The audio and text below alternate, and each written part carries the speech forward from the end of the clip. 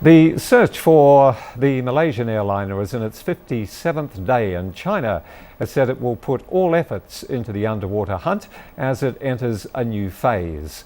According to China's Maritime Search and Rescue Centre, a Chinese Navy vessel with strong underground searching capabilities has left for the southern Indian Ocean and is expected to arrive next Saturday.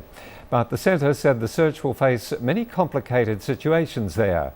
On Friday, the Joint Agency Coordination Centre said the submarine vehicle, the Bluefin 21, had completed its 18th mission, but no debris was found. It added that the Ocean Shield vessel is now en route to Fleet Base West in Western Australia to replenish supplies. It will then return for a search operation with the Bluefin 21.